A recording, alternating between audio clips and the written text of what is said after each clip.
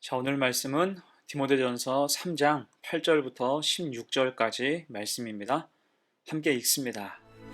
이와 같이 집사들도 정중하고 일구이연을 하지 아니하고 술에 임박히지 아니하고 더러운 일을 탐하지 아니하고 깨끗한 양심에 믿음의 비밀을 가진 자라야 할지니 이에 이 사람들을 먼저 시험하여 보고 그 후에 책망할 것이 없으면 집사의 직분을 맡게 할 것이요 여자들도 이와 같이 정숙하고 모함하지 아니하며 절제하며 모든 일에 충성된 자라야 할지니라. 집사들은 한 아내의 남편이 되어 자녀와 자기 집을 잘 다스리는 자일지니 집사의 직분을 잘한 자들은 아름다운 지위와 그리스도 예수 안에 있는 믿음에 큰 탐욕을 얻느니라. 내가 속히 내게 가기를 바라나 이것을 내게 쓰는 것은 만일 내가 지체하면 너로 하여금 하나님의 집에서 어떻게 행하여야 할지를 알게 하려 함이니 이 집은 살아계신 하나님의 교회요 진리의 기둥과 터니라. 크도다 경건의 비밀이요 그렇지 않다 하느니 없도다. 그는 육신으로 나타난 바 되시고 영으로 의롭다 하심을 받으시고 천사들에게 보이시고 만국에서 전파되시고 세상에서 믿음 바 되시고 영광 가운데서 올려지셨느니라. 믿음에 단정함이 있는 성도라는 제목으로 말씀 증거하겠습니다. 집사는 초대교회 최초의 직분입니다.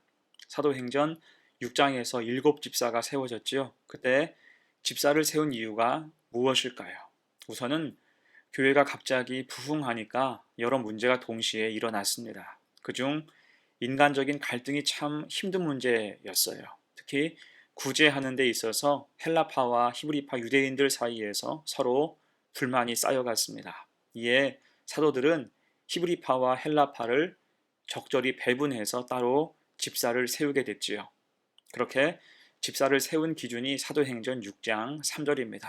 형제들아, 너희 가운데서 성령과 지혜가 충만하여 칭찬받는 사람 7을 택하라. 집사는 성령이 충만하고 지혜가 충만하며 칭찬받는 사람이어야 한다는 거예요.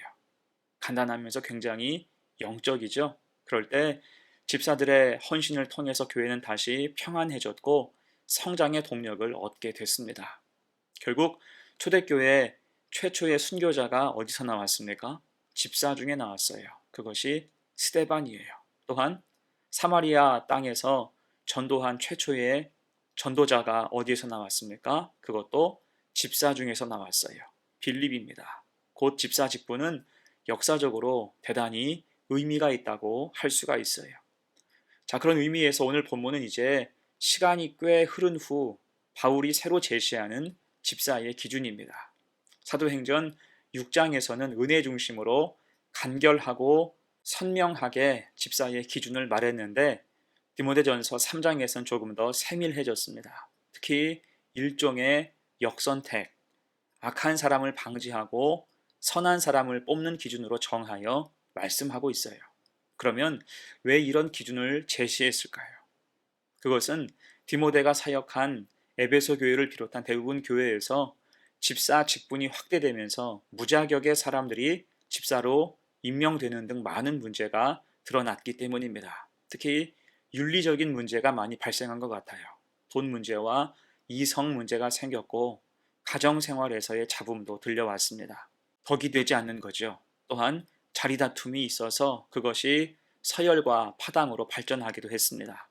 이에 바울은 집사의 기준을 더 명백하고 세밀하게 제시한 거예요. 그러면 온전한 집사의 기준이 무엇일까? 또한 우리 신앙의 교훈이 무엇일까? 두 가지로 생각해 보겠습니다. 첫 번째, 믿음의 단정함이 있어야 됩니다. 8절로 10절이에요. 이와 같이 집사들도 정중하고 일구이연을 하지 아니하고 술에 임박히지 아니하고 더러운 일을 탐하지 아니하고 깨끗한 양심에 믿음의 비밀을 가진 자라야 할지니 이에 이 사람들을 먼저 시험하여 보고 그 후에 책망할 것이 없으면 집사의 직분을 맡게 할 것이요. 아멘. 먼저 본문은 집사가 가져야 하는 성품과 믿음의 태도에 대해서 말씀합니다. 특히 정중해야 함을 강조하죠. 여기서 정중하다는 것은 진지하고 사려 깊은 태도가 있다는 거예요. 반면 정중의 반대는 방탕이라고 할 수가 있겠죠. 방탕은 질서를 무너뜨리는 대표적인 단어입니다. 가장이 방탕하면 가정이 무너지고 성도가 방탕하면 교회가 흔들리는 거예요. 그래서 정중함은 우리 삶과 그 교회의 질서를 바로잡는 성품이라 할 수가 있을 것입니다. 자, 그러면 정중함을 방해하는 악한 습관은 무엇이 있을까요? 먼저 오늘 말씀은 일구이연 하지 말 것을 강조합니다. 여러분, 일구이연이 무엇입니까? 한 입으로 두말하는 것, 곧 간사한 것을 뜻해요. 대부분 싸움과 오해가 어디에서 생깁니까? 중상모략, 일구이연 등 말과 혀에서 모든 싸움이 생깁니다. 당연히 혀를 통제해야 마땅한 거죠. 또한 술에 인박히지 말 것을 강조합니다. 성경은 술의 폐해를 늘 지적합니다. 술은 자제력을 잃게 하고 좀 전에 말했던 방탕을 함께 불러오는 악순환이에요. 이로 말미암아 정중함을 잃게 한다는 것입니다. 자, 그리고 더러운 이익을 취하지 말라고 말씀하죠. 이것은 깨끗하고 정당하게 경제 생활을 하라는 것입니다. 헛된 욕심을 부리지 말라. 모범되는 삶을 살며 믿음의 균형을 잘 잡아야 한다는 뜻입니다. 자, 그럴 때 믿음으로 정비된 이런 삶을 통해서 정중함, 구절에서 말씀하는 것처럼 깨끗한 양심의 믿음의 비밀을 가진 자가 될 수 있다는 거예요. 여러분, 이 말이 참 중요합니다. 깨끗한 양심의 믿음의 비밀을 가진 자, 이 사람이 정중한 사람, 온전한 믿음의 삶을 가진 자라고 할 수가 있을 것입니다. 그렇게 우리도 믿음이 단정한 성도, 믿음의 품격이 있는 성도가 되시기를 축원합니다. 두 번째예요. 집사의 기준 두 번째, 충성해야 돼요.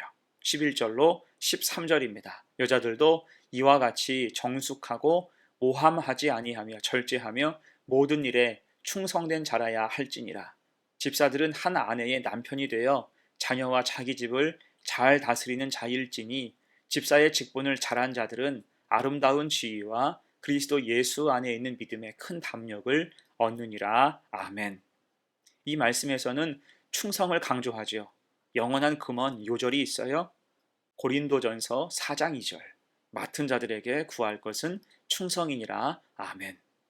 자, 그러면 이때 충성은 무엇을 위한, 또 누굴 위한 충성입니까? 이것은 사람에게 하는 충성이 아니에요. 오직 주님께 하는 충성입니다. 그러면 주님께 충성하기 위해서 기본적으로 필요한 것이 무엇입니까? 우선은 주님께 충성하는 마음을 방해하는 것을 제거할 필요가 있어요.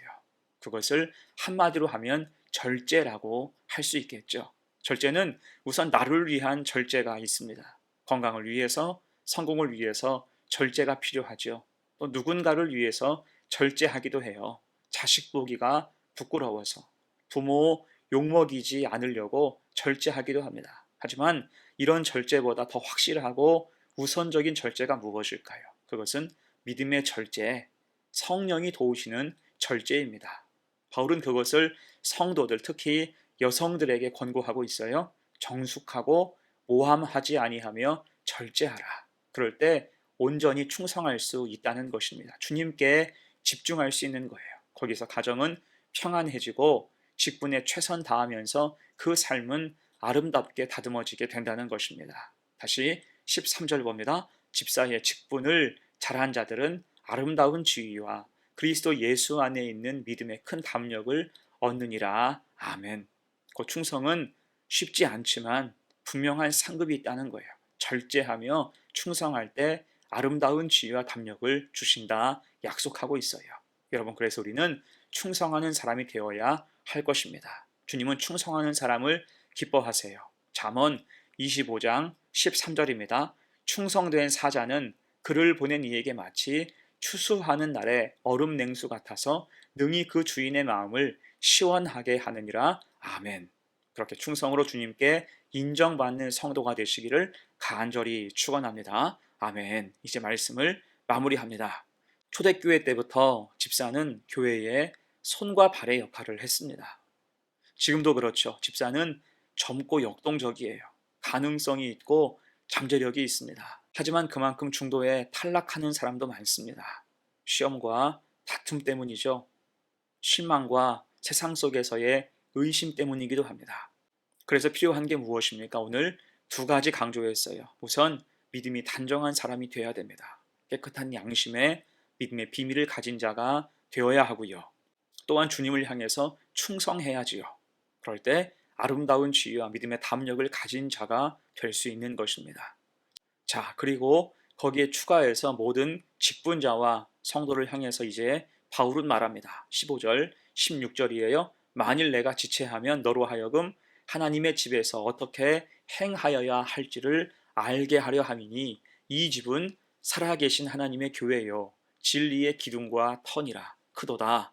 경건의 비밀이여 그렇지 않다 하느니 없도다. 그는 육신으로 나타난 바 되시고 영으로 의롭다 하심을 받으시고 천사들에게 보이시고 만국에서 전파되시고 세상에서 믿은 바 되시고 영광 가운데서 올려지셨느니라. 아멘. 이 말씀을 한마디로 하면 경건을 배우라는 것입니다. 크도다. 경건의 비밀이요. 크도다. 곧 성도는 주님이 보이시는 경건의 비밀이 얼마나 크고 깊은지를 알아야 됩니다. 이것을 모르면 사명도 가볍게 생각하게 되는 거예요. 경건의 참 비밀을 알아야 은혜가 얼마나 감사한지, 사명이 얼마나 중요한지, 직분이 얼마나 귀한지를 알 수 있게 되는 것입니다. 그래서 경건의 핵심은 주님이에요. 경건은 주님이 주시기 때문이죠. 주님이 교회의 머리, 복음의 시작, 경건의 모든 것이 되심을 확신해야 한다는 것입니다. 그렇게 견고한 믿음의 사람으로 경건의 비밀을 알고 의심 없이 주저없이 주님을 위해 일할 수 있는 믿음이 단정하고 충성하는 복된 성도가 되시기를 간절히 축원합니다. 아멘. 기도합니다. 하나님 아버지, 오늘 집사의 자격을 살펴보면서 우리의 믿음을 돌아보게 하시니 감사합니다. 믿음이 단정한 성도가 되게 하옵소서. 그래서 깨끗한 양심에 믿음의 비밀을 가진 자가 되게 하옵소서. 또한 주님을 향해서 충성하게 하시고 아름다운 지혜와 믿음의 담력을 가진 자가 되게 하옵소서.